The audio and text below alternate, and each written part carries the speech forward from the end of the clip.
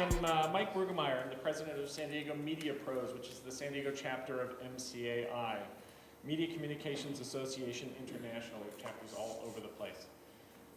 This past month, we had a booth at DV Expo. Spoke to many, many people who had never heard of our organization and loved the concept of getting together with people in our industry, because so many of us work in our own little silos and don't learn from each other. It's a great opportunity to take. Our mission is to improve, inspire, and connect media professionals in San Diego. Like us on Facebook, follow us on Twitter, and check out our new website, SDMediaPros.org. It's awesome. Very proud of it.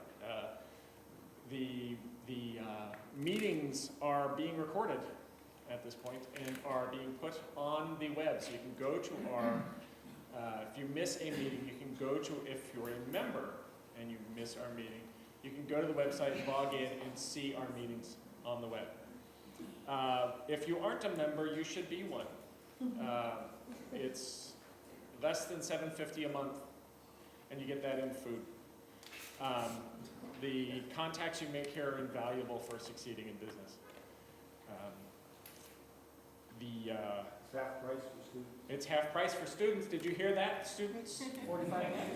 I'm so proud of you guys for being way down here. That's awesome. It's $40, which is absurdly cheap, and you should definitely sign up right now.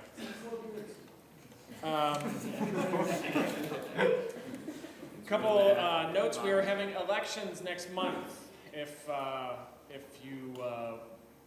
We would appreciate as many people coming and being part of the elections as possible. If you're interested in participating and helping out San Diego MediaPros, consider becoming a board member. Consider joining the board and helping us move this association in the direction that you want. We're also looking for 2 international board members. Also, if you're a member, you've received an email asking you to take a survey. This helps us immensely, and it helps you immensely if you happen to have your name drawn and you win one of the many prizes, including, I just found out, 2 $25 gift certificates to Brazen Barbecue. Awesome. You can take the survey at that computer, the left-hand computer right over there. You can take the survey and make yourself eligible to get some barbecue. The November meeting is our showcase. We are showing off the work of our members, and I am so proud to be a part of this association, especially at the showcase when I see the great work that our members make. It's real easy. My email address is president@sdmediapros.org. Send your 3-minute clip to me. If you can make it a ProRes, make it a ProRes. If you can make it an H.264, make it an H.264. If you have trouble finding out what way to send it to me, call me and we'll figure out a way, or email me and we'll figure out a way to get it to me. And that includes you people. I want to see some student work. Yes, sir. The other information for how to submit will be on the website tomorrow or the next day. The other information on how to submit will be on the website tomorrow or the next day. Also, you can submit the info. You can enter your info for the showcase at the computer back there as well. Awesome. We want to see your work. That's our favorite meeting of the year. Our December meeting is a Christmas party, which we get together with the folks at Natus, the ME people. And that is at the Bristol Hotel on December 11th. Mark your calendars, people. Bristol Hotel on December 11th. I want to throw this out there as well. There's a group of ad agency and public relations and various other groups that get together and do a thing called Mingle Bells. And their party is online as well. I don't remember the date, but that's something you should consider for networking.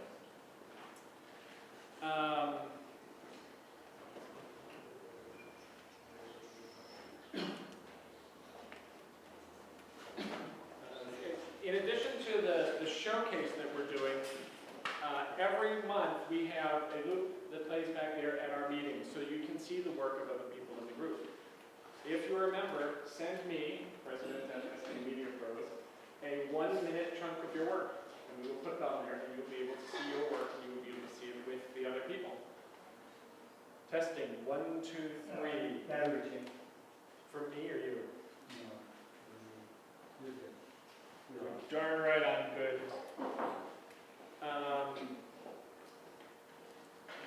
So I want to bring Jason up here. Jason is with Bright Light Studios, and Jason is nice enough to host us this evening and provide all this wonderful food. So I want to.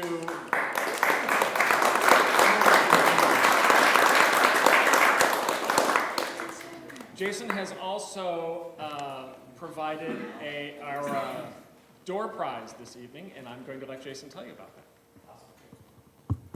Does it work? I guess so. So welcome everyone. This is Red Light Studios. My name is Jason, and I just want to give you guys a little bit of an introduction on who we are, what this place is all about, and how you can take advantage of it if you are interested. So like we mentioned, the door prize, so we're giving away a 2 free-hour rental. So either for this room or our other room. So if you haven't got a tour of the place, just stay after or ask me later. And we actually have a whole other shooting area, 35 by 13 with a full cove in there. So it's pretty popular for like just kind of short videos. This is obviously the more kind of higher production value type room. So a little bit about the space. We've been here for about 2 years. This place was a complete disaster when we moved in. There was just white walls and there's walls everywhere. It was a maze when you came in, so had a vision. Built it out. We have plenty of parking. We have roll-up doors to roll up any kind of grip equipment, crew, just about anything you guys would need in both studios. So right here and in the other studio, we have a roll-up door. A little bit about the space, so just kind of give measurements. 20-foot cyc wall. It's usually, if you guys need it painted in any kind of color, you just let us know. You will, if it's anything other than white, we do charge you for painting it green or blue or black or whatever. Same with the other room over there. The rates for the place, because everyone always wants to know pricing. It's $75 an hour for this room, $600 for the day, $45 an hour for the other room because it's a little bit smaller. It has a railing system in the other room, so you can hang your lights and have a little bit more mobility with them in the cove. We do have a membership if anyone's interested. A lot of the people that rent from us really like our membership. It's just $17 a month. And what it gets you is 20% off rentals and a bunch of other kind of free kickbacks as well. So basically, if you're going to be using the space, more than a few hours for a single rental or on a reoccurring basis, you save a ton of money by doing our Bright Light membership. So we have some flyers right over there. If you could actually maybe just pass those out to everyone, it has all our information. But yeah, we built this place to service the community. We've primarily been, targeting more photographers, still people. A lot of commercial work is shot here, and now we're trying to cater more to videographers, video production. And we've had music videos, we've had, kind of testimonial videos and a variety of other stuff shot here. We've had cars pulled in and videos shot with cars. So we've had all kinds of things done in here, and we're very accommodating because it's not about us using the space, it's about making it accommodating for people that need the space. We take feedback from people, we make changes, we add things. We've just put in a brand new HVAC system for heating and air to kind of keep the place nice and temperate. So during the summer when it's sweating hot and there's talent's going to start sweating, we don't have that problem. We have heating and air, so make it a nice comfortable experience. And it's all the way throughout the space.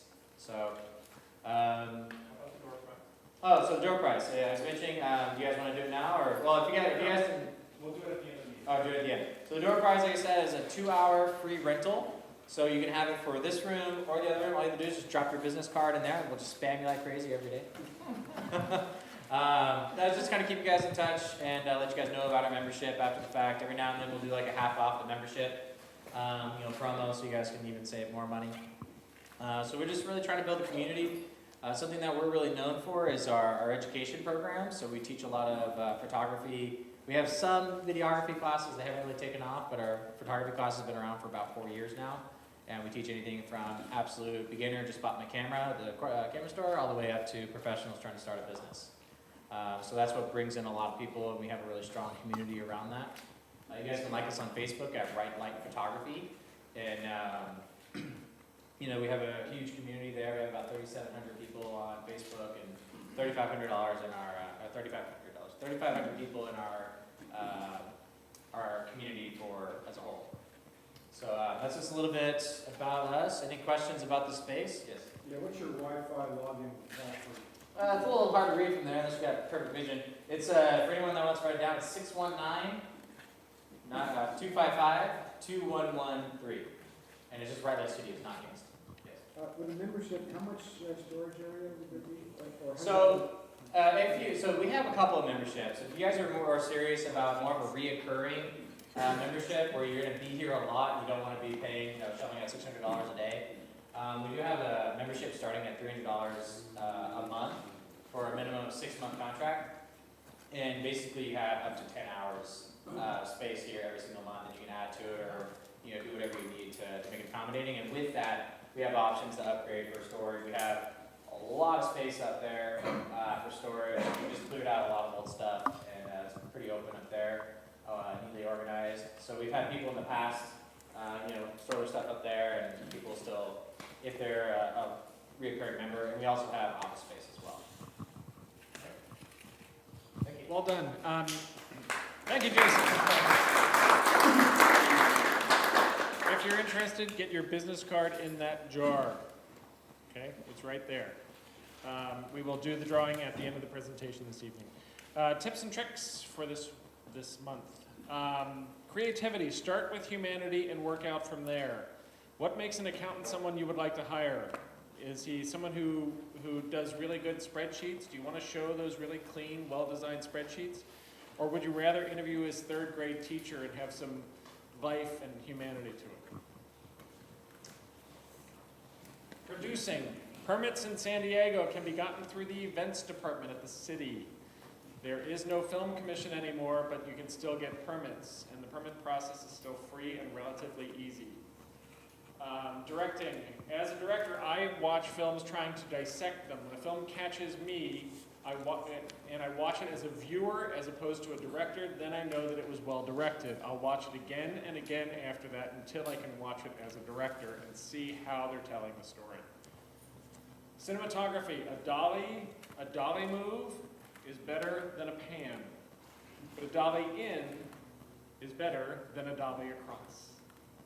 They have more impact. And when you're trying to tell a story and you want those moments of impact, pans are okay, dollies are better, dolly in is stronger. Equipment. If you have a shot that requires a dolly shot with a long focal length lens, go big on the dolly and big on the head. It's much harder to do a long focal length lens dolly shot with a lightweight head and a lightweight dolly. It will save your butt. That tip will actually save your butt. Editing. I'm stealing this from Mike Tao. When you're editing, if you want to do a color correction pass over a whole project, make a title but don't put any text in it, and then apply filters to that title. So it does color correction to the title and everything below the title. Well done. That's in Final Cut 10. Oh, so what about for real edits? Just kidding. What was it, Mark? Nothing. He said, what about a real edit system? That was funny, Mark.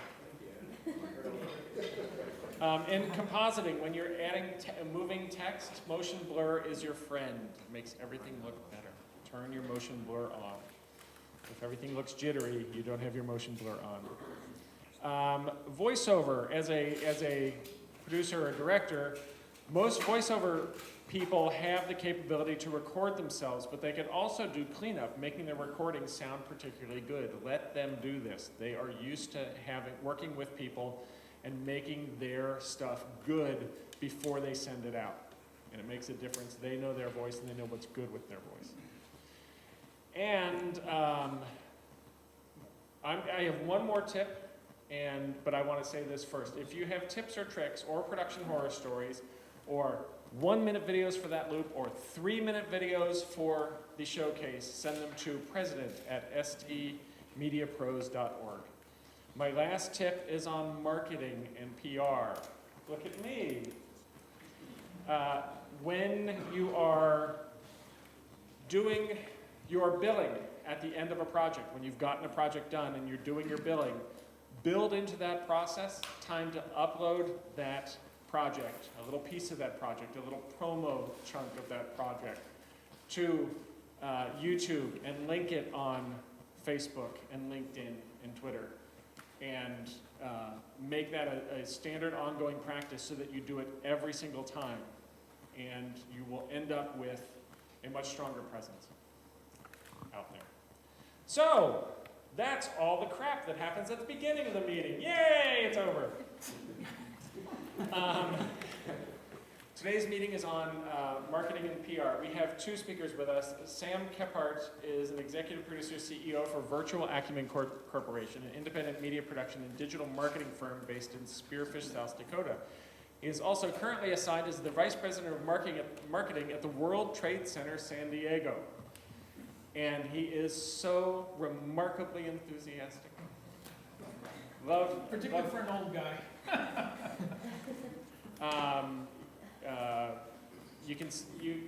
You can't be around Sam for more than about 2 minutes and realize that he is just thrilled to be around.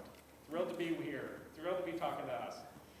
Over the last 30 years, Sam has hosted and or produced more than 250 TV projects. His productions have covered a wide variety of subject matter, from Cowboy Artists of America to San Diego Technology's Perfect Climate, and a music video that ran on VH1. He's done tons and tons and tons of other stuff, and we'll tell you about a little bit more about himself during his presentation, which will be second. First, Jessica Wendell, Vice President at BAM Communications, which is a PR firm here in San Diego. She is a San Diego State grad, near and dear to my heart. She worked on the ad campaign for the first ever Apple iPhone. Yes, yes indeed. And then she, with a love for writing, a PR mindset, and a knack for marketing, she landed her first PR internship at BAM Communications, and then became their first employee. And she's been rocking it ever since. She has led PR and marketing campaigns for over 36 national and local lifestyle and B2B brands. Her client base has ranged throughout industries with focuses in health, lifestyle, fitness, real estate, design, and events. I'm ready for you if you're ready for this. Ready as I'll ever be. Ladies and gentlemen, please welcome Jessica Wendell.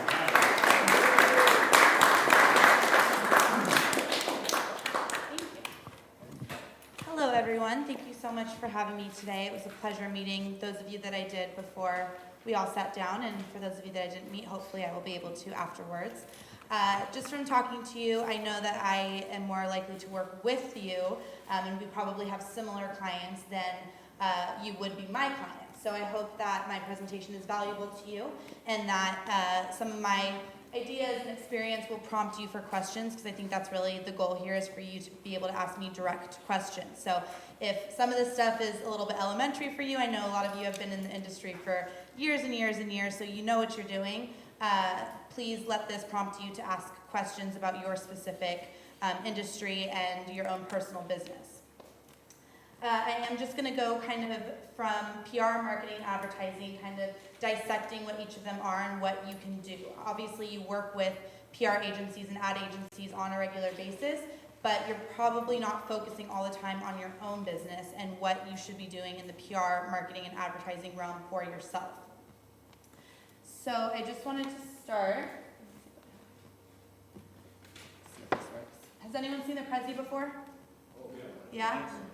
It's pretty cool. So, why do you think you know these brands? Probably because they did a pretty good job marketing. And basically they all started off just as any company does, but they did something right. Some of the tips for doing as well as some of these brands have is coming in under the radar. If you're trying to trickle and spread yourself across the entire nation with your service right off the bat, you're probably not going to make much of a dent. But if you concentrate your efforts in one area, I know a lot of you work nationally, internationally, but focusing on one area, focusing your marketing efforts in one area is the best way to really get started. Knowing your customers, so being as specific as possible about who you're targeting and who you want your marketing efforts to target. I even go as far sometimes as to giving our target customers names. So I name them Jack and Jill, and they like to, go to the movies on Friday nights and go for a run on Saturday morning, and that's who we're targeting. So it helps you figure out what they like to do, what they're going to be paying attention to, what publications you want to be in for them to read and actually listen to. Own your branding. Obviously, we're in a highly competitive market now for any industry. And so really own what you're about, find those differentiators, and figure out what's going to set you apart from the next company next to you. Staying ahead of the competition, continue learning, continue educating yourself on the newest things that are out there, and try and think about what's going to matter 3 years from now for my company and my industry. And then make it an experience. I know a lot of your work relies on the actual physical product that you're compiling and you're doing for your customer.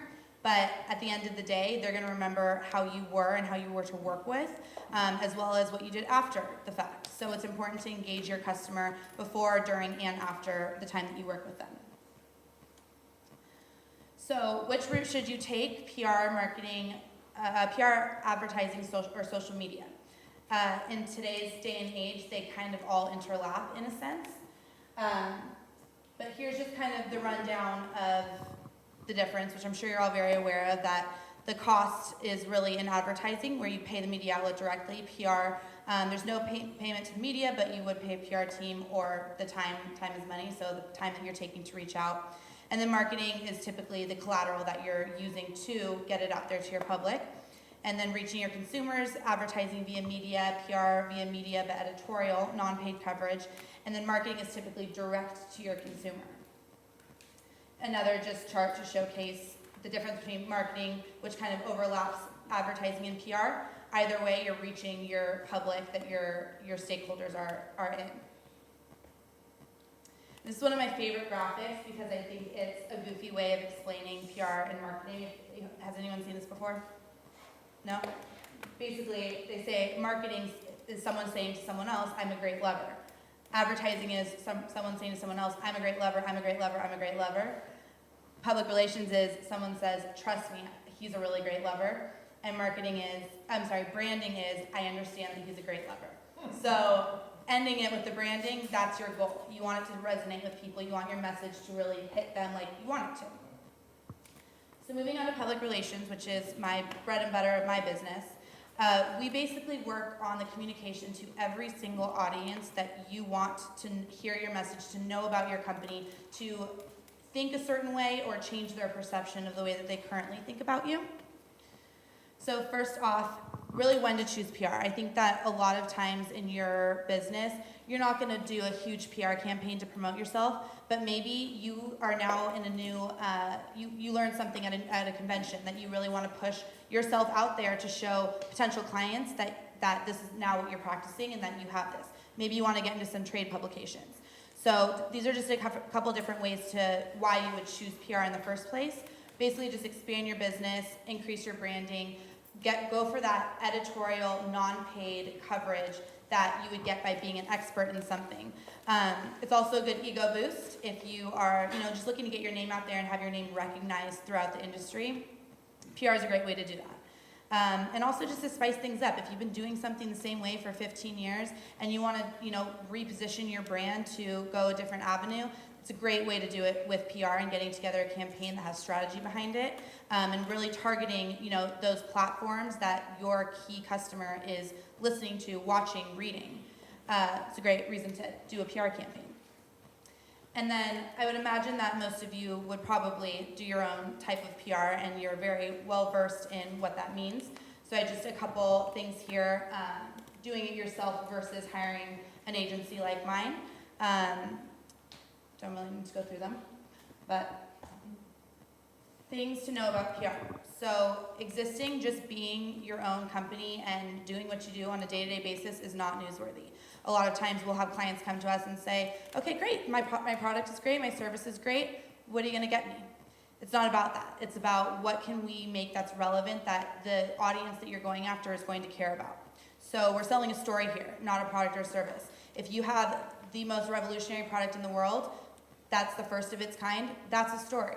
But 3 months from now, it's not gonna be new anymore. So you have to redevelop what we're gonna make that product, how we're gonna make it relevant, how we're gonna combine it with something else to make it something that these publications or these groups will care about. Another thing with PR is that it takes a lot of time. It's not gonna happen overnight like advertising or social media would. It definitely takes time to sell your story and to make sure that you're getting it to the right person and that that person knows what you're trying to get across to their audience. PR is not a vanity exercise. Basically, just getting your name into the magazine that you want, even if it is an industry publication, is not enough. You need to have a call to action to where if you get yourself in that industry publication and you're noted for a commercial that you did, what's the call to action? Is your website on there? Is your, future plans and projects in there that you can basically tell the reader, here's what I want you to do from reading this.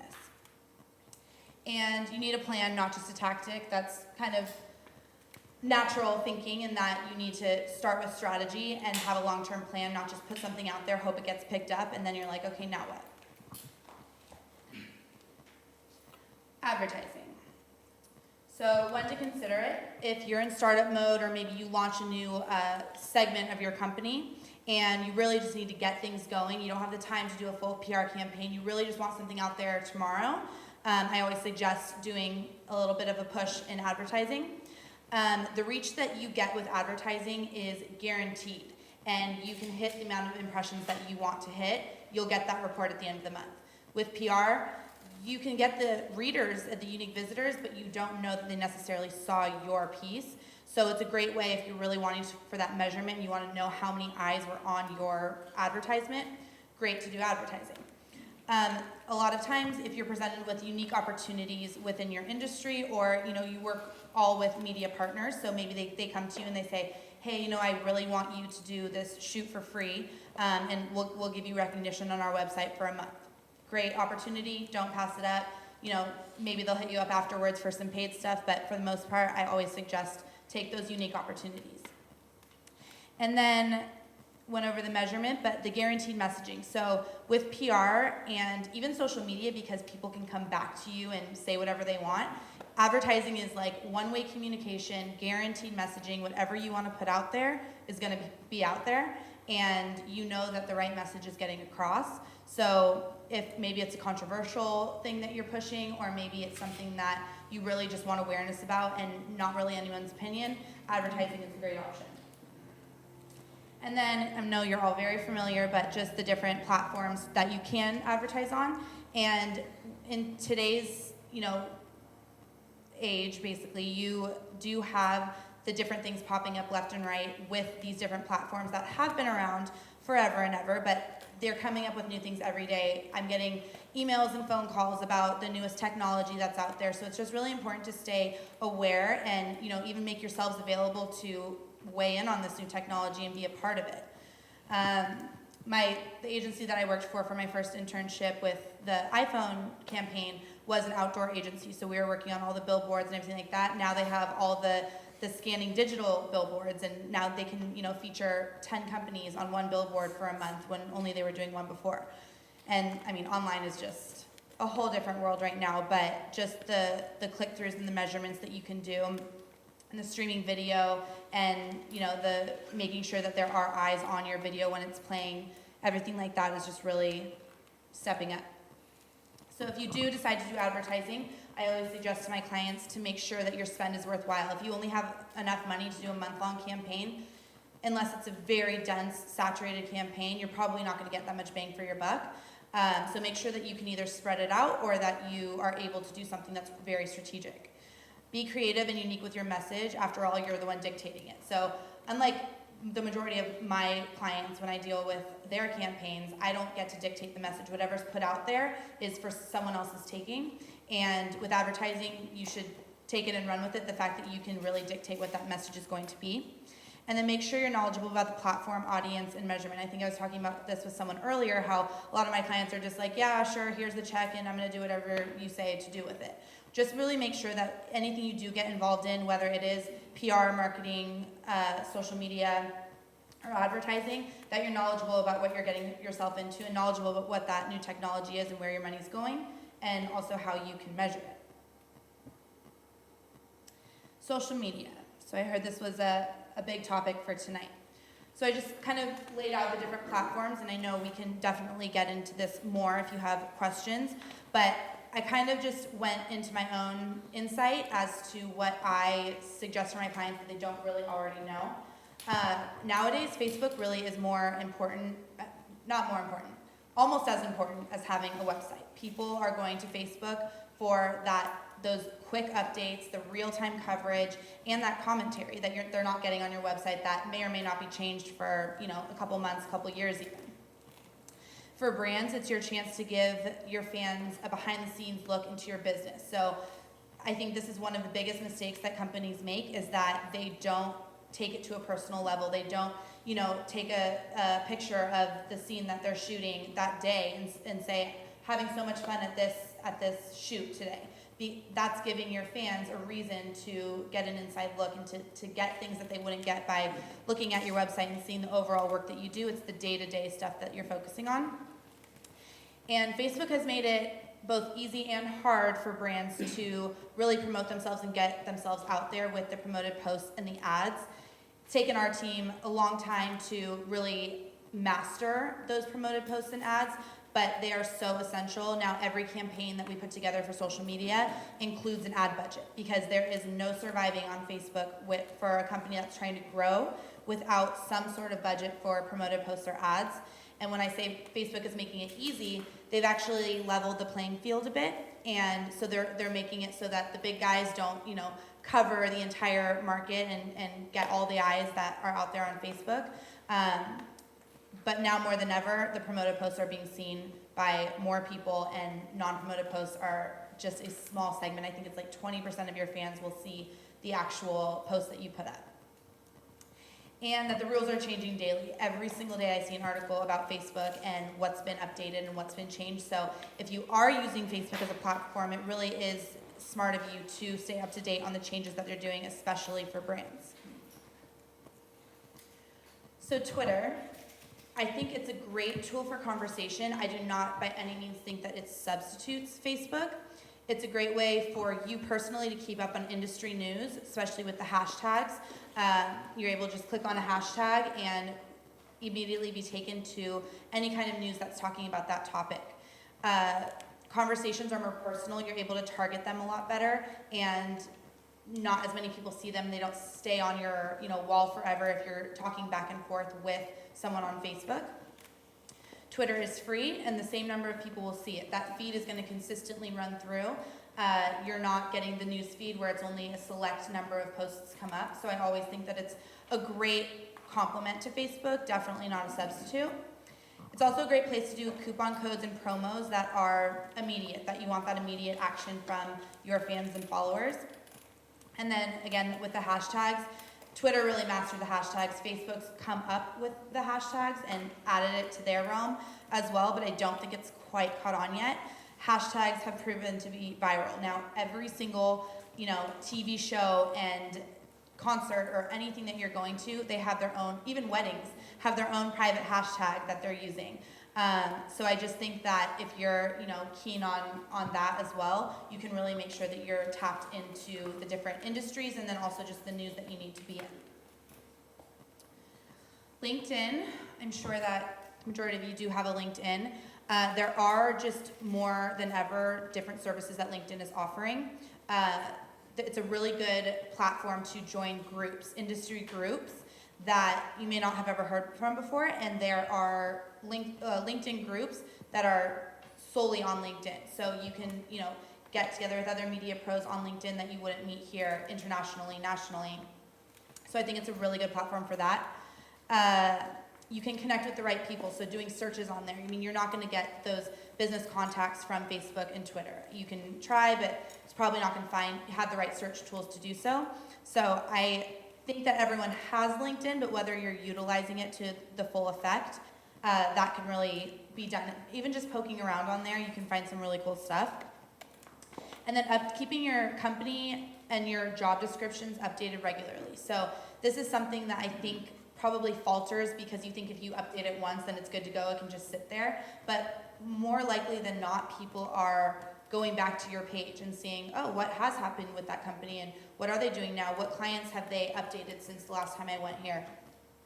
So I always think, especially if you add more people to your company, update their job descriptions, add them to your network. Just really good, and especially with people that you're working with in the industry, to connect with them. They also have endorsements now on LinkedIn where you can endorse people for their skills. So essential for your industry because you may have a bread and butter part of your business, but you probably will also get jobs from other areas, and you want people to know that you do those things as well. So it's people that are in your network endorsing you for these different services. Yelp. So how many of you have a Yelp account for your business? So I work with a lot of startups, small businesses, as well as some big businesses here in San Diego, and the broken record that I hear almost daily is Yelp is the worst thing out there because there's no control. I strongly, strongly suggest that if you do not have a Yelp account for your business, that you get one, and that you encourage everyone that you've done work with to write a review, because those seem to be more valuable than any testimonial on your website that you've, basically filmed yourself. And people just don't see the value in that anymore. It's the user-driven content that they're really focused on, and it doesn't just have to be the people that you've done projects for, but rather people that you've worked with on jobs. For my business in particular, we looked at Yelp and we're like, why would a PR agency need Yelp? Like, we're not a business that sells products and services on a daily basis, but I cannot tell you how much success that it's brought us just to earn credibility with potential clients and even industry partners that we want to team up with. And we happen to be one of the only PR agencies on Yelp, and so that's proven to be really valuable. So by the looks of it, there's probably not too many media professionals that have a Yelp. I would strongly suggest that. There's their own business user profile and everything. And lastly, email blasts and blogging. So this is a great way to get deeper and more detailed with anyone in your network. So potential customers, key groups that you've worked with in the past, and industry partners. And it's also a really great way to show off your expertise. So for blogging and for emails, they're kind of interchangeable in that you can do kind of an article form, or you can do recent jobs that you've worked on that are really noteworthy. Really a way for you to show off your expertise in your business so that people think, they're really killing it with these projects that they've been doing, and wow, that commercial was just so great, I need something like that. And it's just a way to stay top of mind in addition to all these other things. I know it can definitely be overwhelming, but it's a great way to utilize your email database, and you can even take blog topics from your blog and put them in your email blast so that you're kind of hitting two birds with one stone. And it's also a great SEO tool to have a blog on your website in order to just get those keywords and to come up in the Google searches and such. So I strongly suggest, especially for your industry as well, to do the blogging and the email blasts. And I think that's it. That's all I got.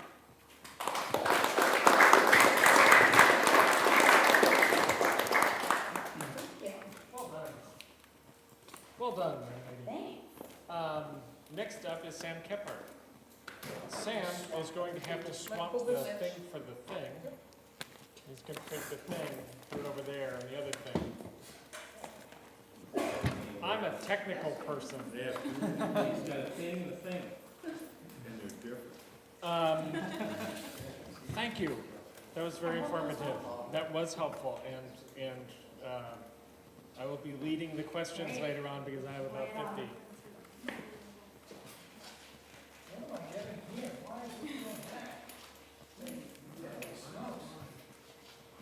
You look younger there, Sam.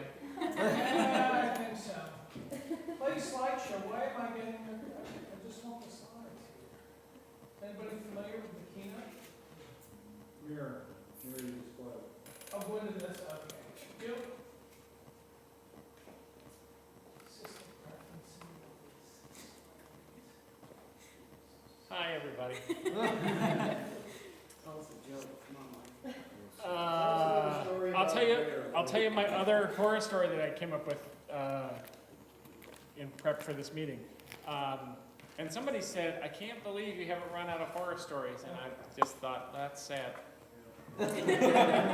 I was working on a student film in Tijuana. We were shooting in a tortilla factory, a tortilleria, in the hills in the slums of Tijuana. And we had equipment that had been cobbled together for the shoot. And we get to the tortilleria and they have no electricity in this neighborhood, let alone in the tortilleria. Everything is gas fired.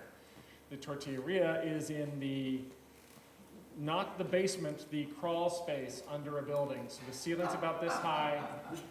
Everything is gas burners because the tortilla flops onto this rolling conveyor belt and it bakes all the way around these conveyors, all the way around the room for like 2 minutes.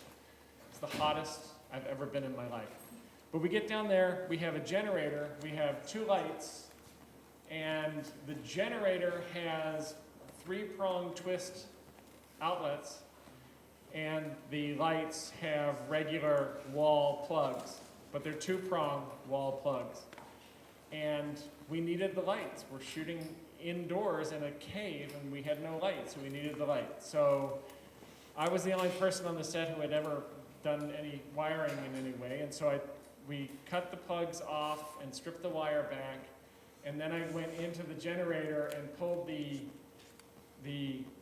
outlet out of it and saw that there are 3 wires going in there, but I have no idea of knowing what the wires are because they're all the same color, which is not up to code. And so I basically looked at them and guessed. The only way to connect the wires, we had no wire nuts or anything, was to loosen up the connectors in the plug, take the light wires and jam them in there and then tighten them up again. And it took a number of times for this to actually work because they kept popping back out. And so that was terrifying to me that these hot wires might just pop back out while we're... So basically, we hot wire 1 light into this thing, and I tell everybody, do not touch the light. I don't know whether it's wired correctly or not, but it may be wired that the hot wire is going through the ground wire, and I don't know. So don't touch the lights. So what we're going to do is, we're going to walk the light to where we need it, we're going to turn the Jenny on, we're going to hope it works. And we did. And we get the light set up, banging through the window, and everything's lovely, and then about 15 minutes in, I'm working behind the house, and I'm cleaning something up, and I get distracted, and I'm working on something, and all of a sudden, somebody inside the building goes, Mike, and I go, what? I realize I'm standing there holding the light like this, and I haven't been electrocuted, so I wired it correctly. That's how I found out I'd done it correctly, that I didn't die. We ended up wiring everything back up and returning it, and nobody found out that we had unwired the whole thing, and yay, no damage fees. All right, so next on the block, Sam Kephart.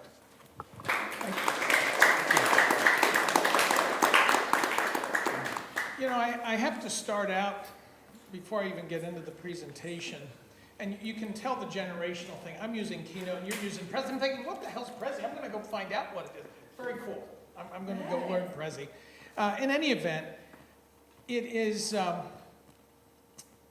sweet moment to stand in front of a production community here in San Diego, because it seems like yesterday, and it wasn't. And I'm probably the oldest guy in the room. I'm going to be 63 next month. But Tom Kinnaman and I met on a set up in Kearny Mesa at the Time Warner studio in October of 1980, I think it was, if I'm not mistaken. and we were taping a pilot for a show, and he was an intern. So those of you that are students and wondering, well, God, can I ever make a living in this business?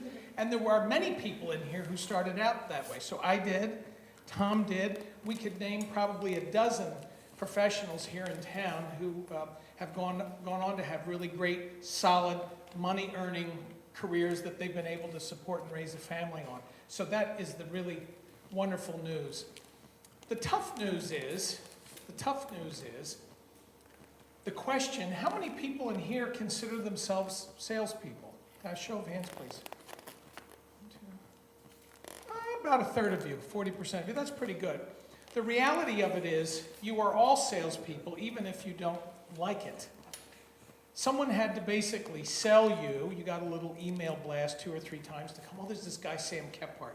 And well, maybe I'll go see him, or that's a nice little thing. Marketing is an attitude, not a department. Now, most of you are small business people and don't have marketing departments, but you do have companies that you cater to, some of you. And the problem is, in many companies, and I learned a very valuable lesson years ago, people said, well, that's not my job. I actually heard that at a resort down the street here a couple of weeks ago, a well-known resort in their restaurant, and somebody that's a waiter, but I wasn't his customer, said, well, this isn't my table, so he wasn't going to take my check up for a $70 hors d'oeuvre and drink bill. Anyhow, the point is, you are all serving the customer, the person who sweeps this floor at night, or the person who mows the lawn, or scrubs the toilet, or answers the phone. Anybody who touches anything to do with your business process, and for many of you, that's you doing all of those, you are the marketing department. So you just had a wonderful presentation about some of the different things and tactics and strategies and different ways of promoting yourself, but I'm going upstream a little bit, and what I'm saying is, you've got to have a marketing mindset. You're not even going to do what this young lady just suggested in a very broad overview, what you can do to promote yourselves. Because if your mindset isn't right, it doesn't make any difference that you have all those different modalities. So we're going to talk about a couple things. So what's your takeaway today? We're going to do a Q&A. How do you define marketing? Have you done marketing? Well, we sort of know 40% of you have done that. But if you want to get into word games, marketing has a lot of different things. So does attitude. You can see there's a lot of different fingers, if you will, that come off that concept and the department. So there's a confusion. There's a confusion about that. It's all these things, but it really is a mindset. So what are today's business conditions like? Audience interaction here. Great, getting better. Huh? Great. Great. Okay. What else? Challenging. Okay. What else? Huh? Evolving. Anything else? Everybody wants everything for free. Okay. I'm going to suggest something here. Are today's business conditions somewhat chaotic because we live in an expanding universe of ignorance? Is that possible? Anybody had that experience? Show of hands, who's had an experience, an expanding universe of ignorance? Almost a lot more of you than think you're salespeople. Now the good news is you have some great techniques here to help battle that, because we are in an over-communicated world. I mean, we can't. Have you ever gone to a restaurant now? I'm sitting having breakfast. Everybody's doing this with their cell phones and while they're smartphones while they're having coffee. And I'm learning to do that. My wife is a lot younger than I am, so she's on that more, and it drives me nuts. I'm like at the breakfast table, she's going through her emails, but anyhow. So we have this expanding universe of ignorance. Anybody have a client like this? Have you ever dealt with someone like this curmudgeon? Is it possible that that would be, I don't know who you are, I don't know your firm, I don't know what your firm stands for, I don't know your firm's customer, I don't know your firm's record, I don't know your firm's reputation. Now what was it you wanted to sell to me? I mean, this is really the predecessor slide to everything you just did. Because even though most people may be too polite to say that, that's what they're thinking. There's all this stuff here. So we're going to talk about tonight, hopefully deal with some of your questions, because the most helpful helpful thing, frankly, is I'll get through this presentation quickly. What I'd like to do with you is to do some hot seats. So we'll handle some questions. Somebody come up here and just tell us about your business. And we'll just do a analysis on the fly and see if we can give you some strategies to take home with you. Einstein. In the middle of difficulty lies opportunity. So I've just said we live in very chaotic times, and we live in over-communicated times, but in the same moment, there's huge opportunity. Now, I was very fortunate. I have this new job. I don't know how long it'll last, but I'm working with the World Trade Center here, and I've gotten to meet just the most amazing string of people over the last 3 months. And just so you know, I practice what I preach. I brought the business cards that I've collected. This is eight weeks of work. I'm here every other week in San Diego, and these are the brand new business cards I've picked up from just showing up at places, different events. And it's nothing magic. You can do it too. And you would die to have some of these. I'll just leave it at that. Anyhow, a couple weeks ago, I'm in New York. There's the World Trade Centers Association. Yes, we're part of the same World Trade Center group as the Twin Towers. Unfortunately, that was the mothership and the sister property of us. We're here in San Diego. But we had about 160 people from all over the world, and they brought in a keynote speaker, and she's the Senior Vice President of Sparkling Brand for Coca-Cola. Big company. And I'll drop a couple statistics. Coke sells 1 billion big containers of liquid beverage a day across their brands. 1 billion containers of liquid a day. And of course, it's an old line company. They make their money with the different formulas, and they have, of course, all kinds of beverages and bottled waters and smart waters and all this stuff, and snacks. And it's a very conservative company. So they've moved into Facebook and Twitter and Pinterest and all these sorts of things. And this woman is in charge of their global marketing. And she is having a great time and a horrible time because her company wants control. And she says, you can't control the consumer anymore. This whole thing about, I mean, it's a double-edged sword. You can't control what the market's going to say. So a couple months ago, her legal department came to her. There was this video on YouTube, and some guy, not a teenager, but maybe college-age kid, made a little infomercial for Coca-Cola, his version of an infomercial. And he's showing Coke being used for this, that, and the other thing. You guys, some of you have probably seen it. And her legal department comes to her and says, we're going to go sue this guy and punish him. We're going to unauthorized use of our product, and he isn't even following the style guide, and they're just reading her the Riot Act about all their marketing stuff. And she said, how many views are there? 1.2 million. She said, I can't buy, I can't purchase, with all the power of Coca-Cola, that type of imaging. So the long story short here is, she convinced her board to invite this young man to come down to their headquarters. Instead of suing him, they said, how would you like to work with us? Well, I don't want to work for Coke. Okay. What if we were to send you on a trip around the world to 89 different cities, and you document what we do for the community and the events in some of those cities? Okay. We'll pay all your expenses. And all he wanted was a really fancy camera. They bought him camera, and he's now in about the middle of this tour. No editorial control from Coke. Huge risk, and she said every 2 to 3 weeks she has to go to her board and beat them up. The world is changing, folks. The old way you're doing things, whether you're comfortable with it or not, forget about it. It's done. It hasn't all happened yet, but it's done. It's like it's over, but people haven't figured out that it's over yet. And this is the number 3 officer from Coca-Cola saying this. A company that sells 1 billion containers of beverage a day. Their truck fleet, Coca-Cola's truck fleet to deliver their products, is larger than UPS and FedEx combined. Do you think they might know something about losing control of the market? And this woman said exactly what you said. If you have a video or a picture, don't wait to make it pretty. If it's 80% good, put it up as fast as you can. Fast is better than perfect. And of course, every time she does that, the people in her advertising and her board go berserk. Well, it didn't go through whatever chain of things, processes they had. Doesn't make any difference. It's up there.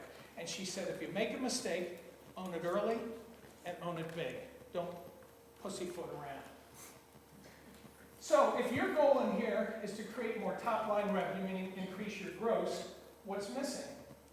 Well, one of the things, and this is tough for a small business where you're basically a one or two person, three-person shop, mission and vision. I don't think necessarily people in your size business need formal mission statements like IBM or HP, but I do think going through this exercise is really important. And I'm willing to bet, we've never met before, that when you sit down with a client, somewhere in your conversation you get into this. Even if you don't end up making some big formal campaign around it, do you not get into that? A lot of times they don't know what it is. Right. They don't. So if you don't know who you are to your community, your business community, or your world, you think the customer's going to figure it out very well. So you end up kind of bumping into business and getting some contracts here and there. If you're a nice guy or gal, you get some referrals. But it's kind of like pinballs. You're bouncing around. It's not with intention. So I'm hoping out of tonight some intentionality. Some intentionality will come to what you're doing with marketing. Vision statement indicates who the organization is, what they do, and where they see themselves in the future. What's your company's vision statement? Great, well, you can work on that later. Mission statement states how the organization plans to achieve its vision. What is your company's mission statement? The problem is, in our industry, and I include myself, most of us work in our business, not on our business. I'm doing it every day, and we never pull back and look at the process. And I'm sure you go through this with most of the smaller. What percentage of the small business people don't have this exercise done? 80, 90%? That's why we're there, essentially. Okay, Yeah, all right, exactly. cool. What is your USP, unique selling proposition? What is the hook to your company? What makes you different? I mean, like, are you the whiz of medical devices, or golf, or public affairs for cities and communities or police departments? What's your niche? What makes you better than somebody else? Now, I just want to give you some examples of how these are articulated. Everybody remembers these larger campaigns. You get fresh hot pizza delivered to your door in 30 minutes or less, or it's free.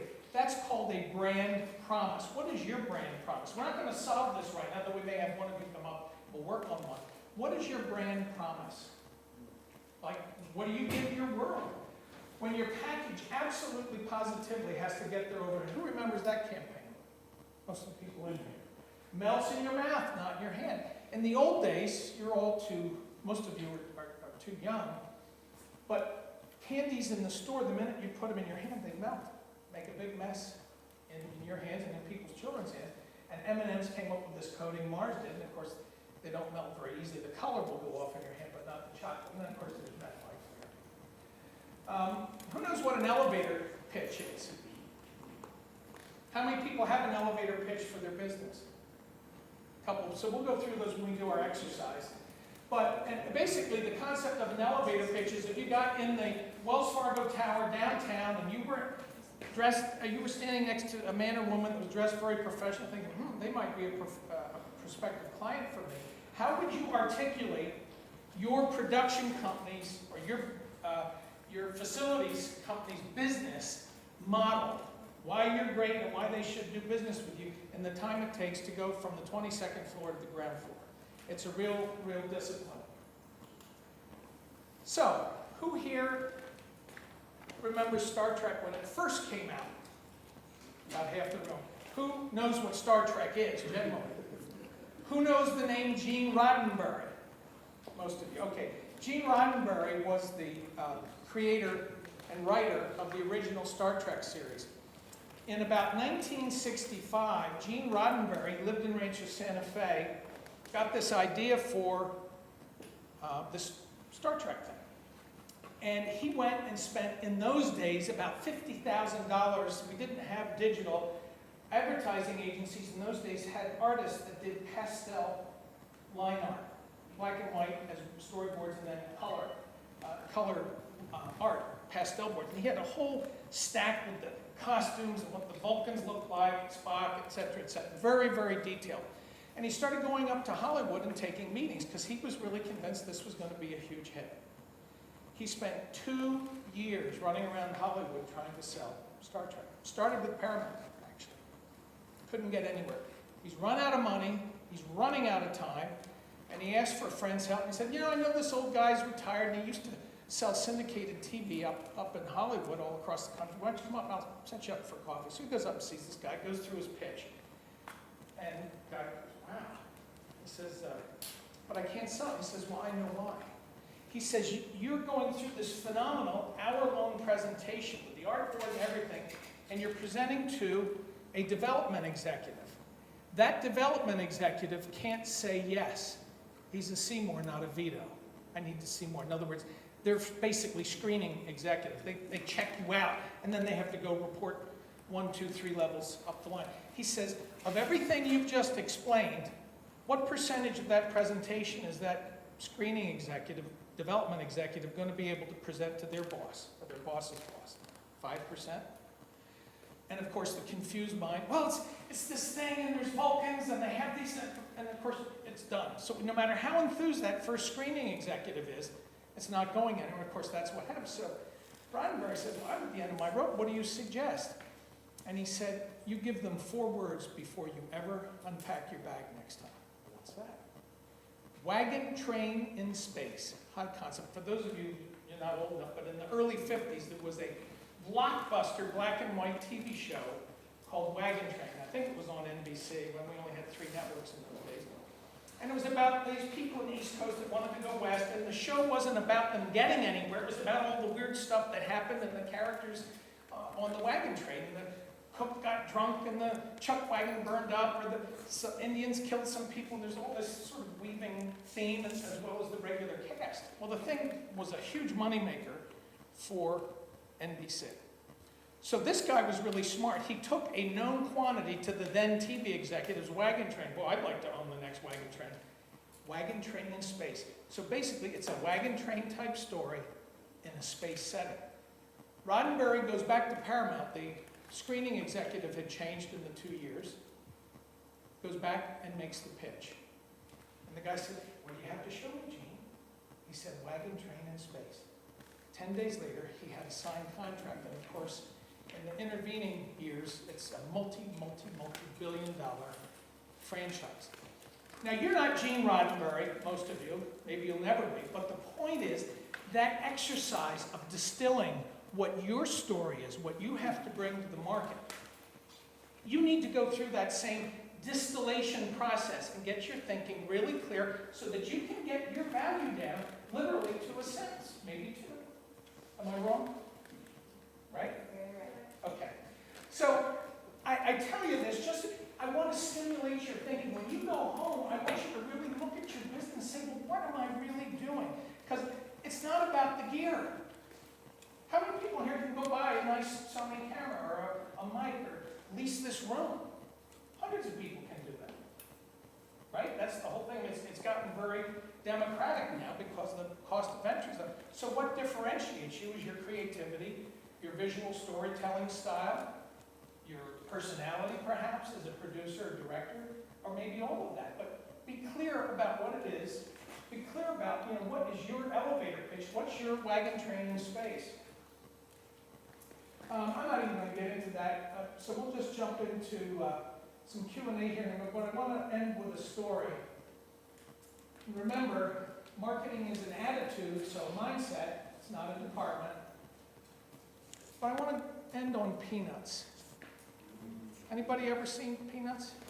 Go to a bar? What sort of word games do we play? Peanuts. A small sum of money. That's chump change. It's not even. Has anyone ever said, "Oh, that's peanuts"? Yeah. It's kind of a throwaway, we might say, in our business. Well, I would assert that, and this is what I want to leave you with, sometimes elephants stand behind peanuts. I'm going to tell you a story from my own career. So this goes back about late 90s, and I was introduced to this woman, Wendy Burke. It was a referral, sort of a vague referral. She called me and wanted me to do a corporate video for the world's first liver dialysis machine, not kidney, liver dialysis. Well, I'd never done medical before, so I'm already out of my comfort zone. So I agreed to go meet her, and she said, well, would you please come meet? They said you realize, I said, okay, so I go. Well, then I realized they had to have some 2D and 3D animation clips. I had never done any, so not only are we not now in a subject matter I'm not comfortable with, now we're in a technical thing that I've never produced. I declined the job. I didn't even want to bid on it. She leaned on me. I said, anyhow, finally I agreed to do it, and that job actually in those days was really nice. It was about a $22,000 job, but I was annoyed. It's like, you know, this is aggravation, small stuff, it isn't my thing. Well, 2 years later, Wendy changed positions, and she called me, and I got a $710,000 job. It took a year, on time, on budget. The point I'm making is sometimes your good may be coming to you in the form of what appears to be peanuts, or what appears to be not your specialty, or what appears to be more of an annoyance than something valuable. Be very, very careful before you toss peanuts away, because sometimes elephants stand behind peanuts. Done.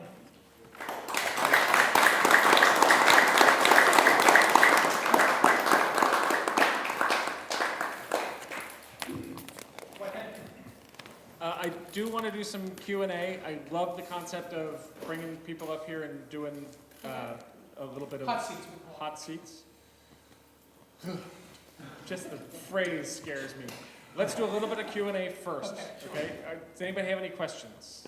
Any particular things you want to address? Shall I start? Okay, thank you. I talked in the tips and tricks about whenever I do a bill, I'm going to upload that project. I've never done that before, and it's a new work process for me. Are there any things that you do, any tips and tricks to get that work process, get that mindset of, and that attitude kick-started into a workflow for doing your own marketing in your business? I would say two things. First off, having a concrete structure as to how you're going to do it. So you can say, oh, I'm going to, publish this project, or I'm going to put it on my blog or on my website or wherever it may be, all you want. But if you don't have, I need to get it done within 24 hours, or I need to send it to this person, to have that variable in there as well, so that it's just in your head, that you're doing it beforehand. And then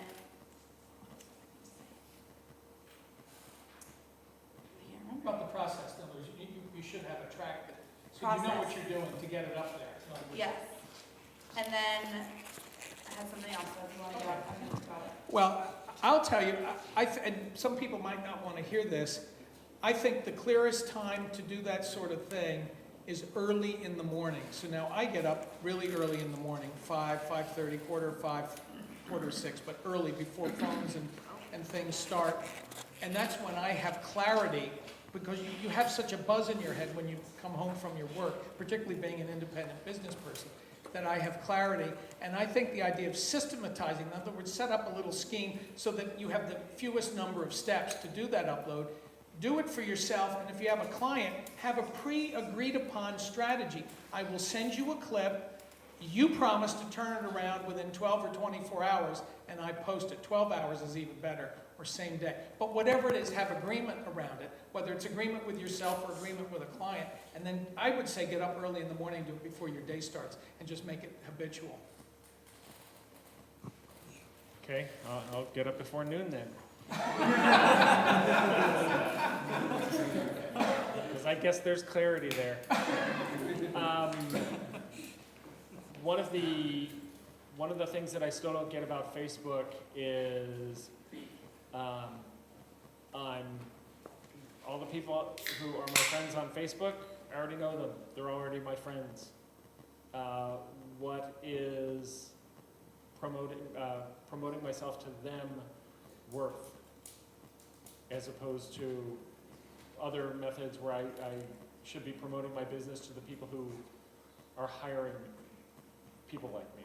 So can you address that?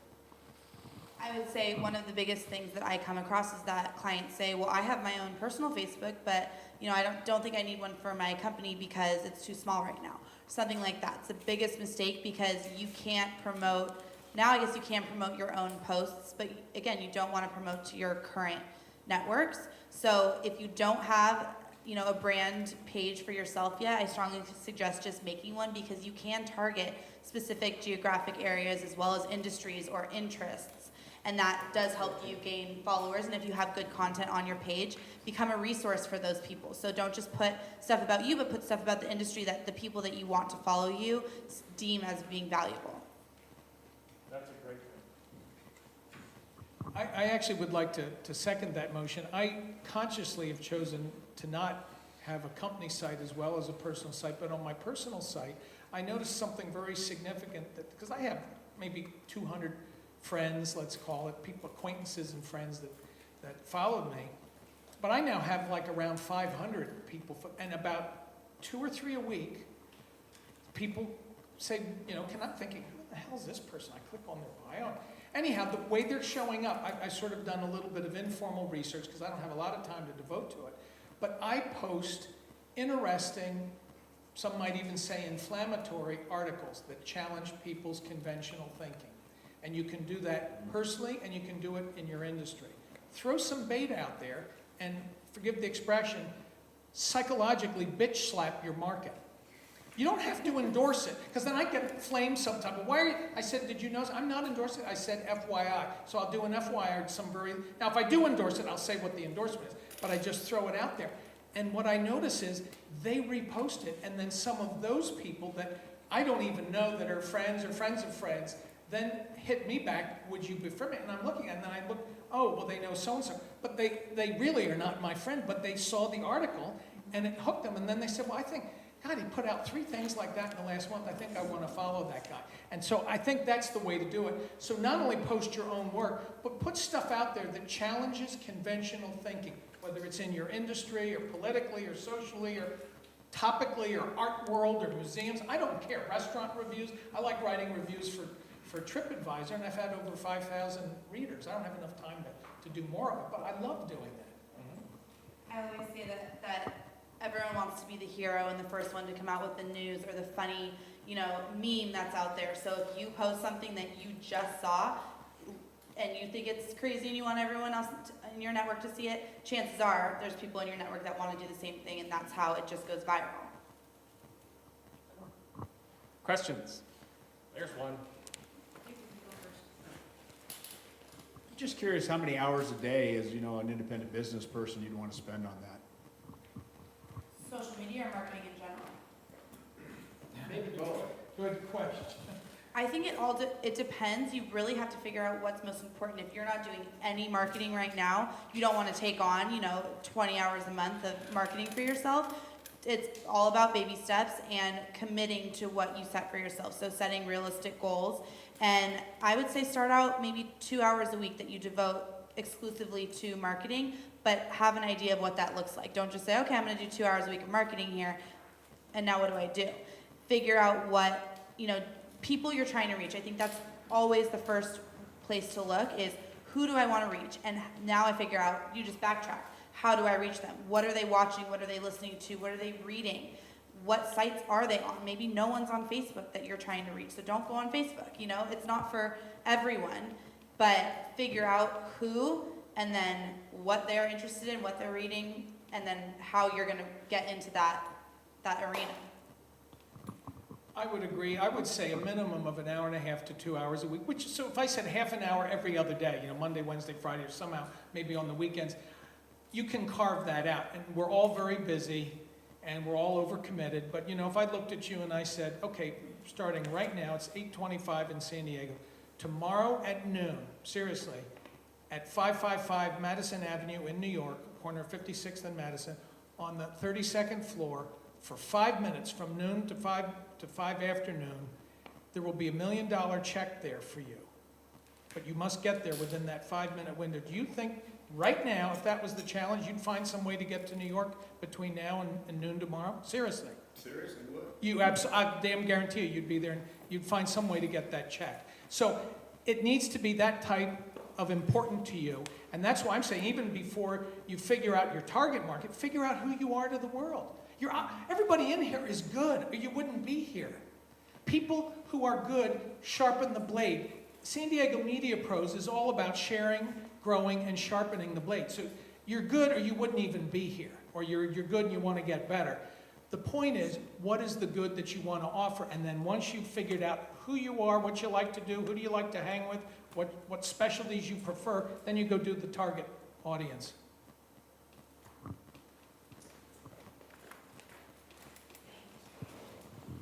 Okay, say I have a company, and hypothetically, I believe in marketing and PR, and my partner believes in social media only.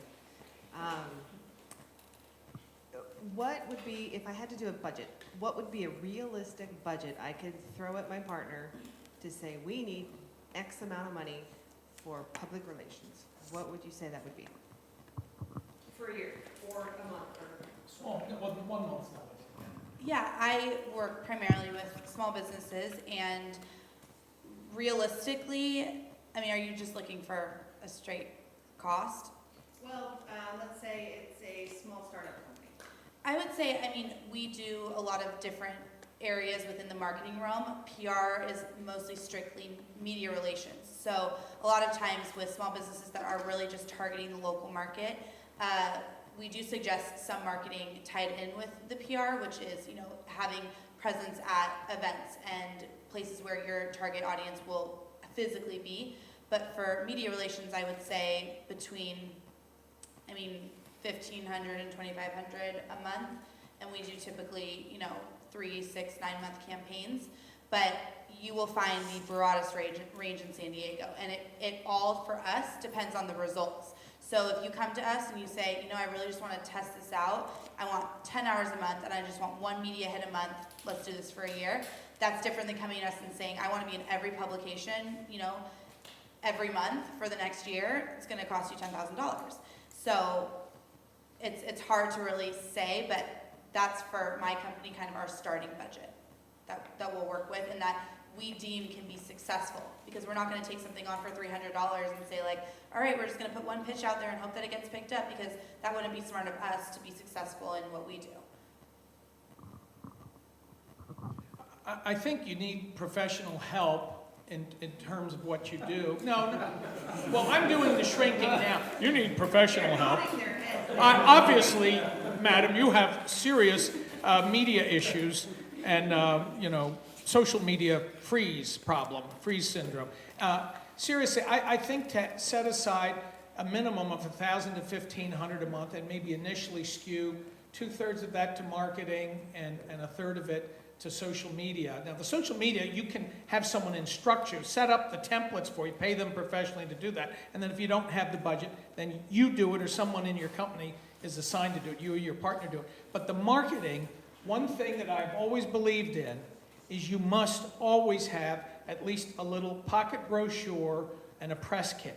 That can be put together with folders where you have some testimonials. Spend money. Don't do second generation frickin' Xerox copies. It looks like crap, and if I see that, I know you're a chintzy human being, and you're probably going to chintz me on the budget, and you're not going to get the job.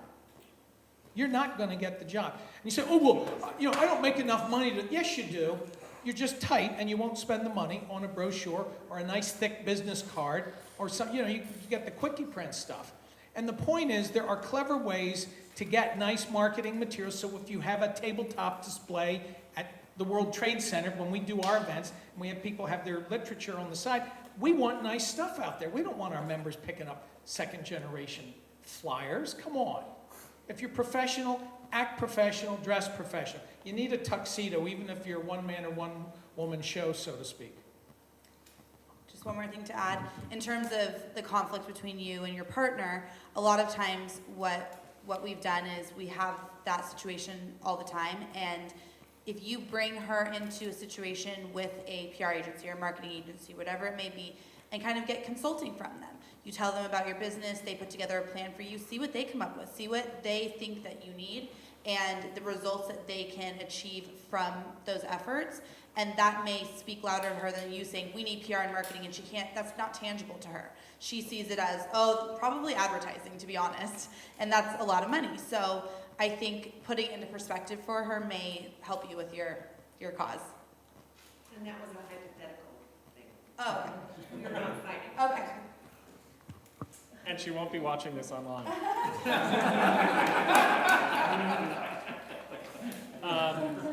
So, say I get my marketing plan, say I get my Facebook going, say I get my brochure beautifully professionally printed. How do I get to past the gatekeeper at that company? I make phone calls, I send letters, I send brochures, I don't get any responses. How do I get past that? Well, I recommend you all get a book or an audio or videotape series by a guy here in San Diego. It's called Selling to Vito. It's Tony Parinello.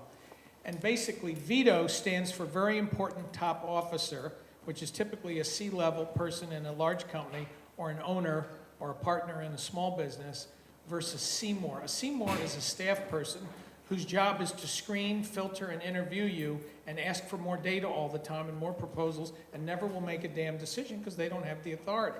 So you need to establish right up front, and when you're doing your target marketing, for instance, you could go get the book of lists that the San Diego Business Journal puts out. Pick the industry silo that you're interested in, and they say who the CEO, and you do some research. It's online. Most of these companies, if you spend a few minutes digging around, you can figure out who the head person is. And I don't think you try to go through the front door. You try to go find out what industry trade groups they go to. Networking, like we have some of the people that run the world and certainly run this neck of the world come to our events. And I would love to have more artsy people and more creative people coming to our events where you cross-mix the silos, if you will, that you were talking about earlier. So find out where those people, typically they're associated with charities. Go volunteer for the charity. If you don't have money, you can give your time. And I don't know too many organizations in town that won't take your time. And you'll get to meet Mr. or Miss or Mrs. Big when you do that. So volunteer your time in something that you like doing, some charity, and you'll meet well-to-do people. So you can target and, if you will, politely stalk these folks if you learn their profile. The other thing to do is, if you have a good client in an industry, is to mix users and non-users. For instance, you have this facility. If it was me, I'd have an open house, and I'd bring in 8 or 10 of the people that think you walk on water. They love your membership deal. You have some creative things to show on a screen that they've done, and then you invite 20 or 30 people that have never used this but are friendly towards you, and you mix your users with your non-users. Your users will sell the non-users, and that's the cost of wine and cheese and some flyers and a little bit of arm twisting. That's not a heavy expense thing. Doesn't even involve Facebook. We're mixing users, which technically that's what social media is. Viral marketing is mixing users, people who are familiar with you. When I write my TripAdvisor review of restaurant in New York on my recent trip, then other people read that. Oh, and I write pretty well, so if I say so. So, well, that's interesting. And the last one that I wrote in New York, it was the restaurant at the Westin. The manager wrote me this beautiful email saying, what a thoughtful review you did, and they've had comments from people. So there's ways of accessing that, or creating what I call forced word of mouth, where you can basically stalk somebody with forced word of mouth, and I'd be happy to talk to you offline about strategies, but there's ways of doing that so that you don't have to go and try to tackle Brunhilde at the gate, because Brunhilde at the gate, typically, unless they like you, if you make friends with Brunhilde, she'll get you in to see Mr. Big, but most people won't do that. I'll just stem off that because I was going that same route with the indirect targeting. So thinking about the grander scheme of things and not going directly after your target, but just like you were saying, go to those events and have those events that are mixing. We just did an event. I'm now doing more marketing for our company in that exact same boat. It's like, how do I find people that would be in need of PR and marketing? Well, we just did an event with past clients, current clients, potential clients, some media partners, anyone that we can meet on a personal level and just be like, hey, just in case you ever know anyone that needs PR and marketing, like, you know who to call. And that's where those, flyers and brochures can come in handy, is that do you have something that I could take a handful of and just pass out at my next event or something like that? Perfect opportunity to just have that prepared, not necessarily in your pocket, but yeah, I'll drop some off tomorrow at your office, that sort of thing. I have one other idea. For instance, you guys stage some pretty nice events. This is the second one I've been to in a few months. But they're interdirected. What if, I'm just brainstorming now, and the answer might be no, but what if you went to the San Diego Business Journal, or you came through our event people? We're very friendly and have credibility with the San Diego Business Journal. What if a bunch of you agreed to do a day-long clinic, like there's a free clinic for health? Why not do a free clinic for small business on how to use media and multimedia? You would be here, and basically people come in and truly get free consulting for a day, almost like speed dating. Well, there's a video table and a multimedia and a Facebook, and just invite the damn business community and the small business people and give back something to the community. Now, some of those people will come and freeload, and they'll come for the hors d'oeuvres and the beverage or the unpaid entertainment. But you will get some clients out of that, and the buzz and the article that would be run about your organization and what you're doing for the community, I think would be stunning. Because you're already here, you're spending time gathering, why not make it an outer-directed gathering and just take a Saturday sometime, or a half of a Friday, pick a time. I don't know what's ideal here for San Diego, but you could figure that out. And basically run a free media clinic. And because just like people in here are confused, think how confused the average small business is that's not in the media business. You understand? The land of the blind, the one-eyed man is king. So I think there's a lot that can be done inexpensively to promote the folks in this room. Awesome. Any other questions? Yes. Hang on. Don't you start speaking till I get the microphone to you. Okay, I have a question. It seems like a lot of the bigger companies that are more lucrative prefer to get production companies from LA because it's so close. So how can you present your business on a competitive level with the mindset of, is that? Yes, this is plagued the San Diego production industry for years. That the big agencies in town hire LA and don't hire San Diego. The only big San Diego commercial I ever worked on was for the zoo, and it was while I was living in LA. I moved down here a year later, tried to contact the agency, and they wouldn't return my calls because I had a San Diego address. Well, there's a couple things you can do.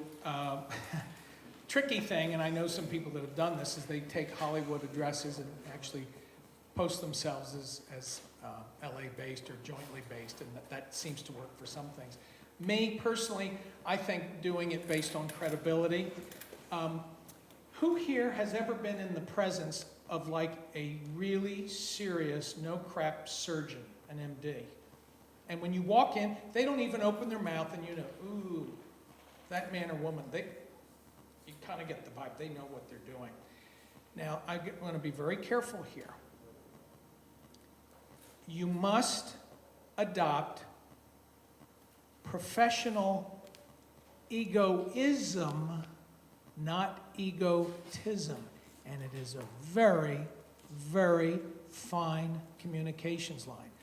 I say, if you go in like the drop-dead brain surgeon, I don't give a damn how many production companies, because I go in and I'm going to say, I'm an expert in visual storytelling. I know how to capture attention. I know how to deliver results. I know how to get really close to you and your project. And if you want the cappuccino machine and the leather sofa, kick me out right now. And that is an actual phrase that I've used. And then they laugh. And it kind of breaks that ice. Because I said, now, you can spend 40% more than me, but you're not going to get 40% more look and feel.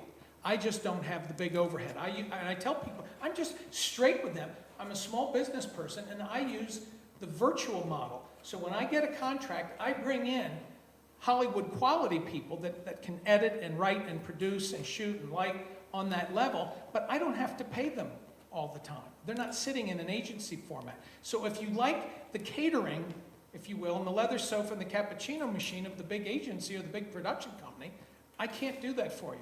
If you want the big agency look for about 30 or 40% less, then I'm your man or woman. Okay.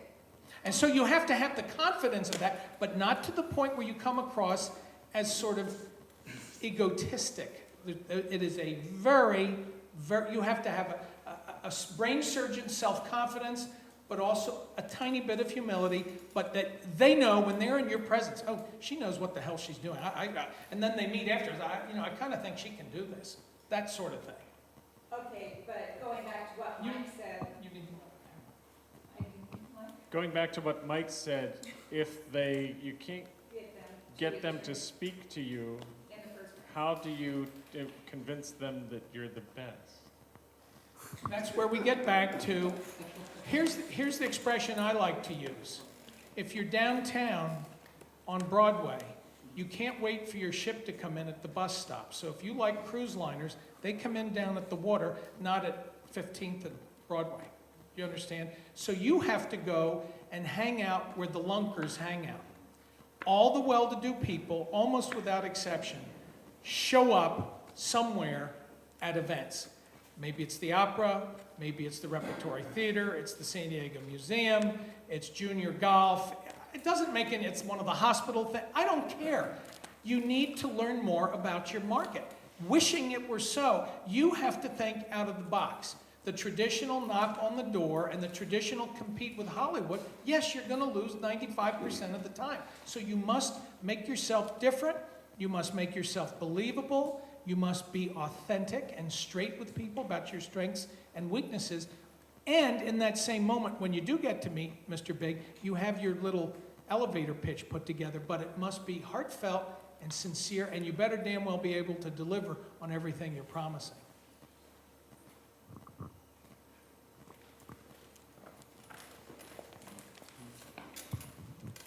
For the, so too loud? Sorry, Tom. You've got, just starting out, right? From each of you, the first 5 things you would do. You're just starting out, what, business cards, brochure, then Facebook, or what are the 5 things you need to do right now when I go home tonight and I wake up at 5:30 in the morning and I start my 2-hour marketing session? What are the 5 things I need to do? Brush your teeth. All right, let's see. work in my house, in my office. I'm not sure how far along you are already in your business, but I would say just a self-brainstorm session on your own before you implement anything. It's really, like he's been saying this entire time, the mindset. So figuring out what are your distinguishers and your differentiators that set you apart from others in the industry. Is your branding on point to represent you as a company and the services that you provide, and do you have that credibility that will be shown through if you're not the person speaking to someone directly, they're viewing, what you have out there. Making sure that you're on the platforms that your competitors are on. And I'm not talking advertising, there's a lot of, listing sites and directories that are free that you can be on. Yelp is one of them. And making sure that you are everywhere that you can possibly be, at relatively cheap price. And then really just knowing your brand and knowing what's happening in the industry that can accelerate you beyond your competitors. And so I would say research is the first thing that you need to do, and then really researching your own company and what your goals are for yourself. I would say working on yourself first before you do anything outer directed. For instance, and this is a meeting here, but I watch people's dress. Now this is Southern California.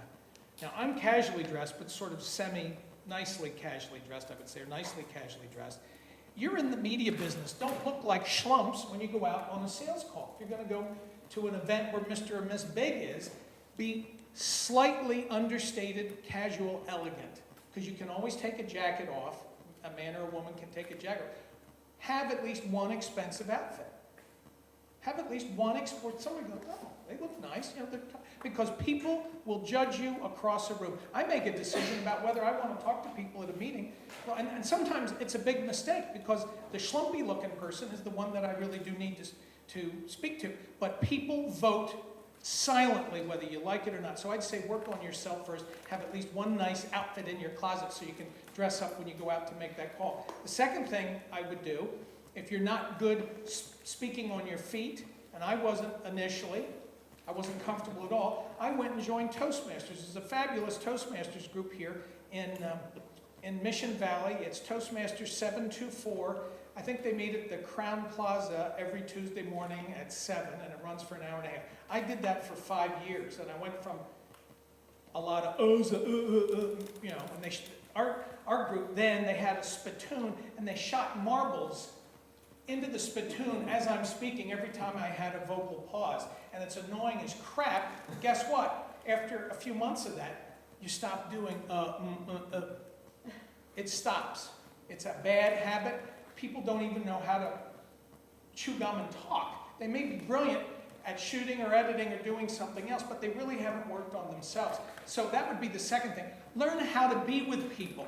Take some communication courses. You're in the communication business, but you can't communicate. I mean, you can go tell a story through a camera, but you can't talk to Mr. Big, and then you wonder why you don't get the job. They have to be comfortable with you.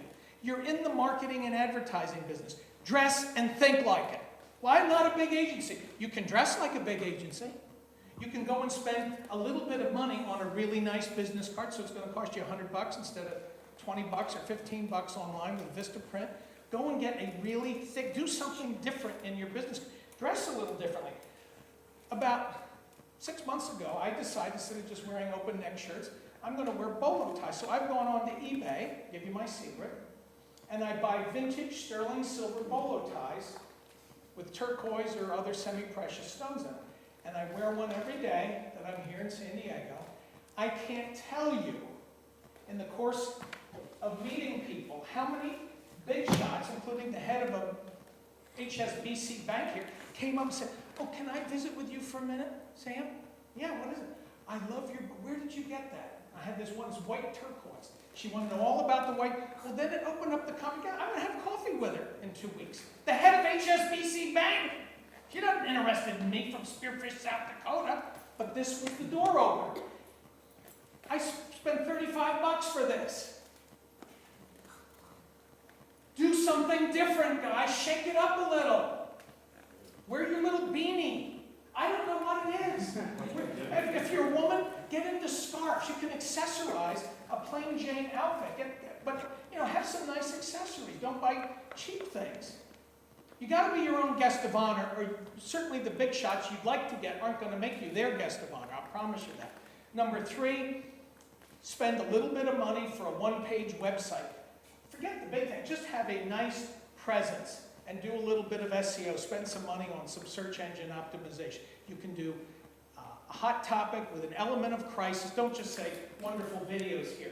Really put some thinking into it. I have a web TV show that I want to do on politics. It's called Point Blank with Sam Kephart. The Power of Candor, ... in an age of deceit. Oh, who doesn't want to go get a little candor in an age of deceit? You need to put that kind of hook in what you're doing. So the third thing would be to spend some time on even if it's a simple one-page website, but put some thinking into how you're branding yourself. What the hell are you saying about yourself? What's your hook? Because if you can't articulate, are you going to be able to go tell my video story? Probably not. But you can set a hook in my mind if you do it right. Fourth thing, go to events where the big fish and big tunas hang out. If you want to be an eagle, go hang out where the eagles hang out, not where the pigeons hang out. You want to ride on a cruise ship, you need to be down at the port, not up at 15th and Broadway. Does that make sense? So if you want to catch a lunker, go where the lunkers are. Well, but I'm a little guy. You can still go and be in that environment.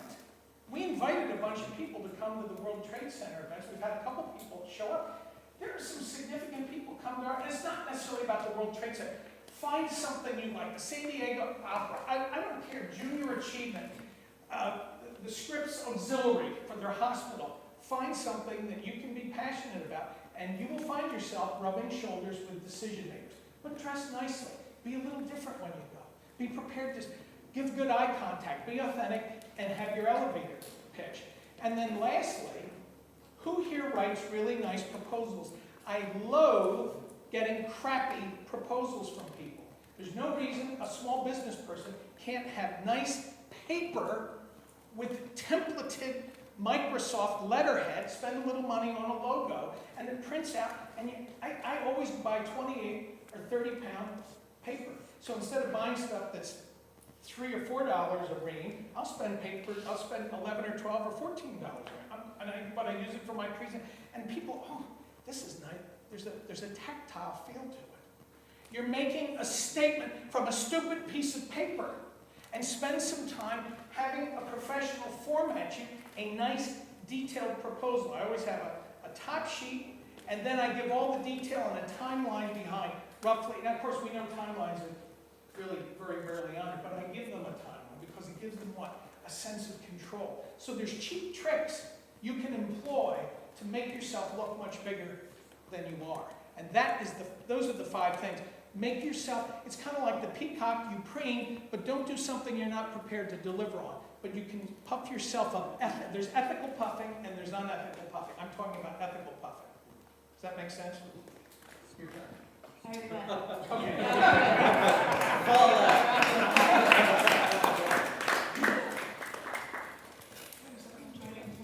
I have 2 follow-on questions, but I'll just use one for the short of time.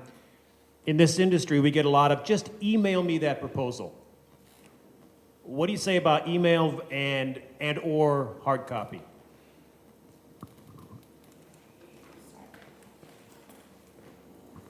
I will say that it's a lot harder to meet with people than it used to be, and everyone wants to do everything over email, but you can absolutely make that a formal statement as well.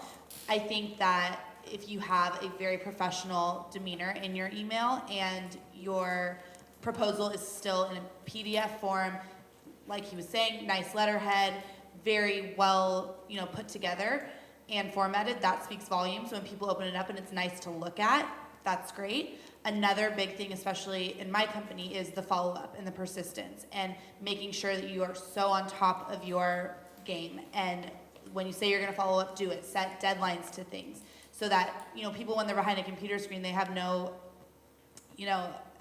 accountability when it comes to getting back to you. They can just not respond to you.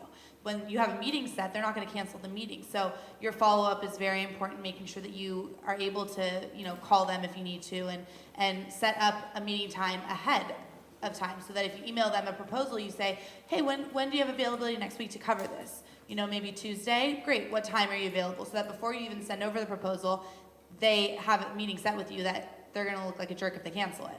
So I would say when you're dealing with email, that's a good tactic. And I would say in the video business, give a range.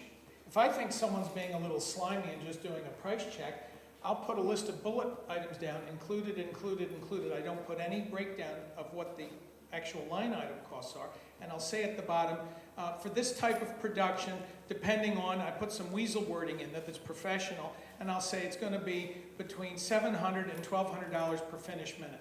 Well, what the hell does that mean? It's like, how many square feet? So I give them an answer, but I don't give them the answer they're really looking for. And then typically they'll call back and they'll engage, and then you ask to go visit. Now, yes, some people are just going to tire check and blow you out.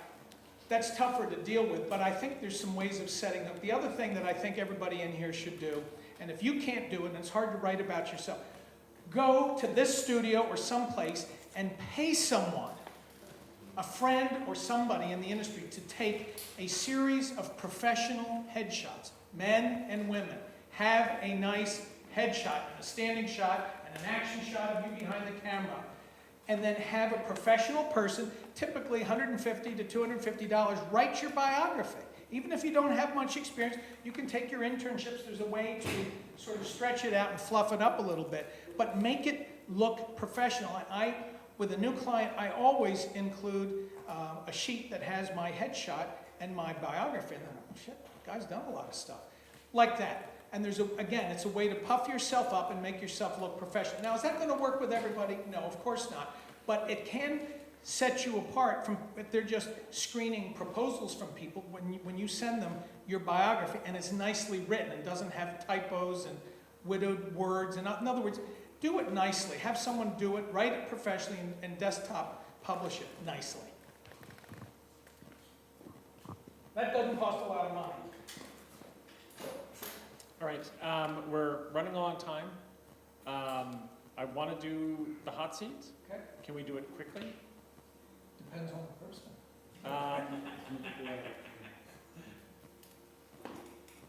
let's do it really quick, okay? And I'm the person. So Take one problem and not your whole. what are we trying to accomplish in the hot seat? Your biggest marketing problem right now, and then get our advice, is maybe some strategies to deal with it. Your biggest frustration in selling your services to the community. My biggest frustration in selling my services to the community is finding the decision makers. We already covered that. No, yeah. What industry are you in? We'll just stand together. So what industry? I'm in advertising. I make television commercials. Right, but do you have a special, like medical devices or cars or furniture? I mean, like, what's your big thing?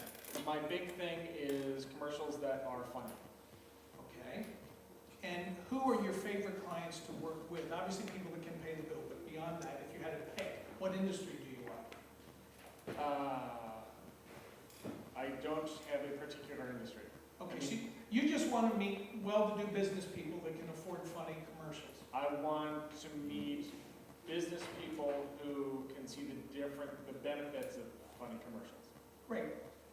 If I were coaching you, and I'm not this lady's agency, but for me, I would do an intentional series of events where you help co-sponsor an event, find out where the type of people, whether it's medical or world trade, and you have, I mean, I'll just tell you, we have a creative agency we're working with that has agreed to donate $50,000 worth of free work. And they get a booth at basically all our events because they want access to our market.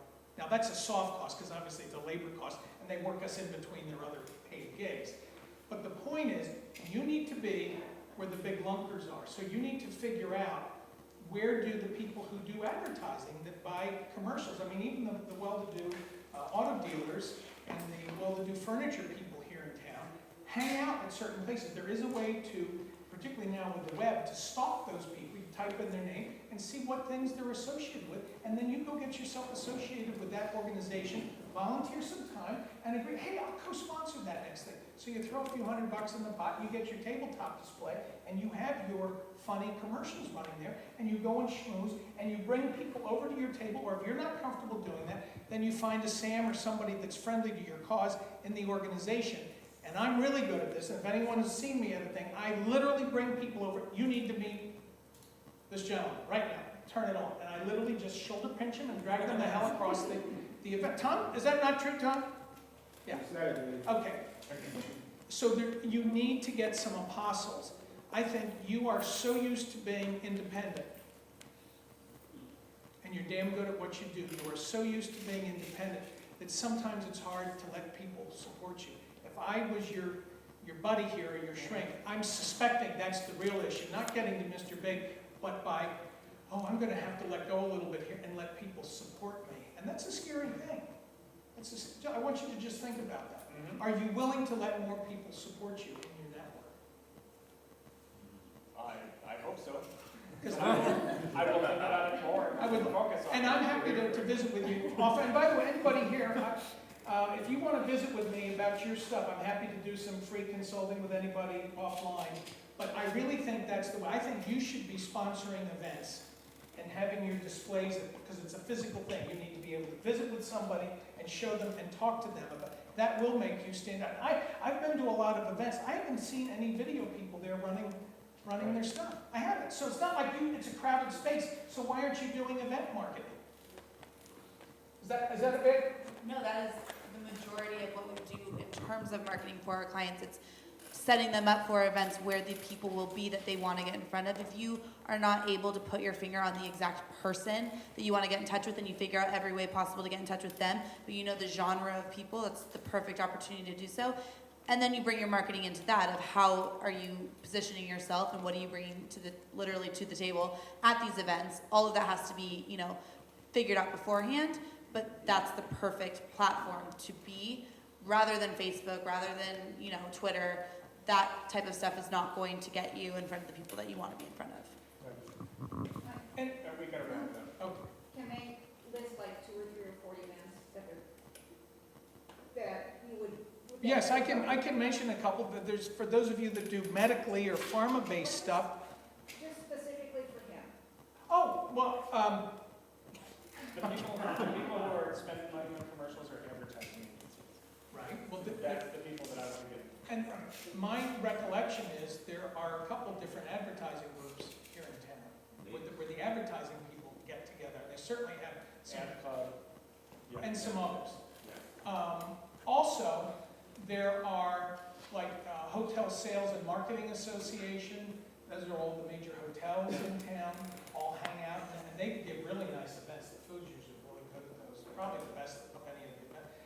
So you need to figure out what those target audiences are.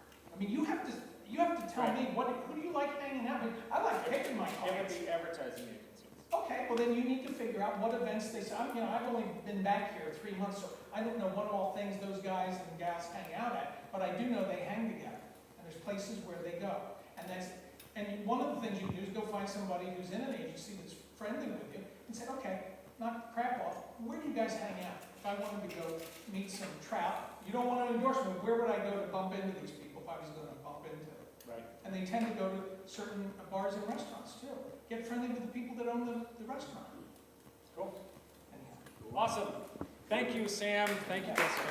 Well done. We'll be here for a few minutes. We have a jar over here. If you want your business card in it, put it in right now, because we're about to do the drawing. Oh my gosh, look at that. Mix it up, mix it I was just gonna pull yours out. up. Love to come to a shoot here. Anybody? Last chance? Okay. The winner of the 2 hours free rental of this studio is Craig Bentley. Craig Bentley! Oh, you gotta be pressed to win. Is he not here? Is he here? He's not Oh, here. he bailed? All right, he doesn't win. Ooh. Oh, okay. I gotta be here. Gotta be here. Yeah. You don't leave early. That's the whole reason. Maybe I'll just email this guy later and just say sorry. Joseph. Viola? Gaston, what is it? Yeah, it's probably. Yeah.